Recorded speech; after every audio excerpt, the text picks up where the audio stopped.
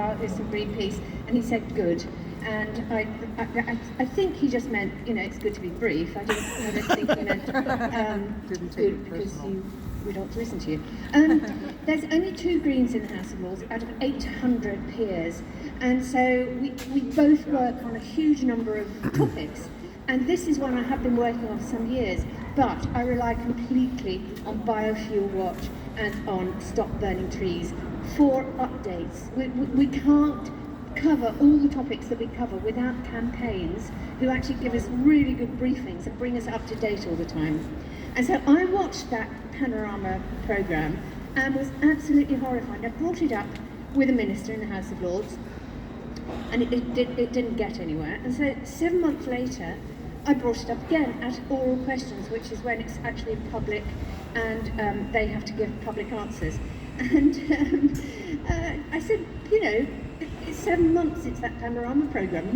Your department must have looked at it and actually questioned whether or not all the facts were true, and whether or not you can seriously call biofuels sustainable. And he said, oh well, no, we're it's a sustainable method of energy production, and we're quite happy with it.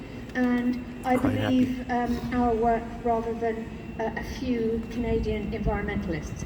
And I was hopping mad, as I so often am in the House of Lords. And it struck me then that we have a government that simply can't understand the word sustainable. They cannot understand net zero. They absolutely are incapable of actually preparing us for a future which is going to be pretty dangerous for the planet and for humankind.